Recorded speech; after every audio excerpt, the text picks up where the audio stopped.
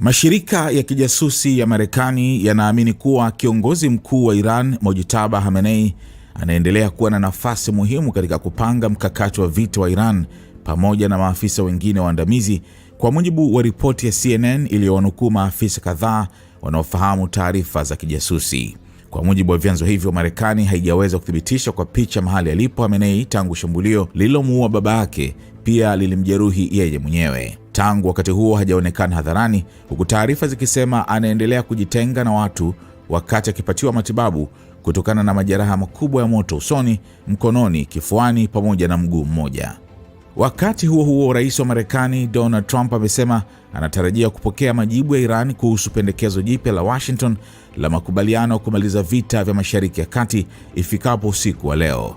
"Ninatarajia kupata barua usiku wa leo, kwa hiyo tutaona mambo yatakwendaje," Trump aliwaambia waandishi wa habari nje ya ikulu ya White House.